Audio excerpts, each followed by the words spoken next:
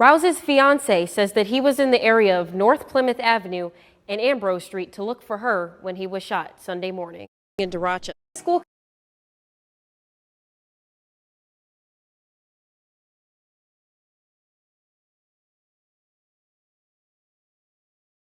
Rouse's fiance says that he was in the area of North Plymouth Avenue and Ambrose Street to look for her when he was shot Sunday morning. East High School converted a small closet into an urban clothing store where students in need can find name brands for free.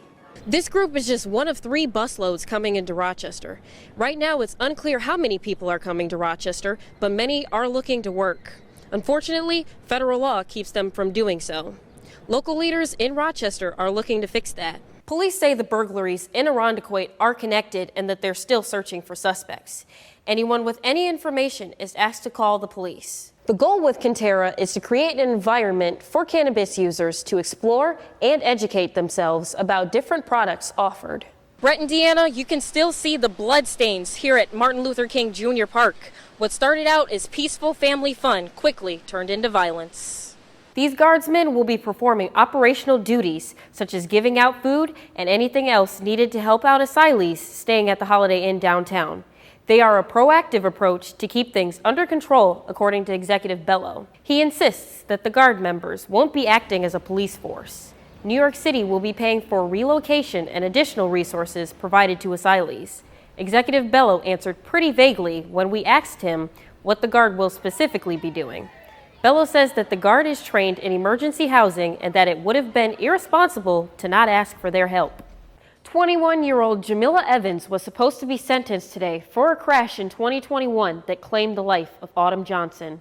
Things got pretty heated after the court hearing was adjourned. She's disappointed, but she's been accepting the fact that some incarceration was a possible outcome from day one. On June 17, 2021, Jamila Evans crashed into an AMR ambulance at the intersection of North Goodman Street and Central Park in Rochester. The crash killed Autumn Johnson and seriously hurt another passenger. 2 weeks ago, Evans was convicted of driving under the influence of both alcohol and marijuana. The judge granted Evans' attorney, Jim Hinman, more time to prepare for the sentencing. I know that the jury found her to have acted recklessly. Didn't believe that was the case then. I don't believe it's the case now. I believe that an appellate court will probably disagree with the jury's conclusion as far as that is concerned. This was the scene today outside of the courtroom as an argument erupted between families. As one family was getting into the elevator to leave, an argument started, leading to a near brawl.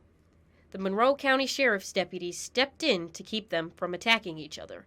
Hinman says there is a possibility Evans will be sentenced to probation and that he will bring up other factors of the crash the next time the court meets. This ambulance was proceeding down Goodman Street at 1:30 in the morning at 67.5 miles an hour, which according to the AMR policies is 35 miles an hour over what they would allow. Their policy says that you can exceed the speed limit, but not by more than 10 miles an hour. Evans was taken into custody until her new sentencing date on August 30th.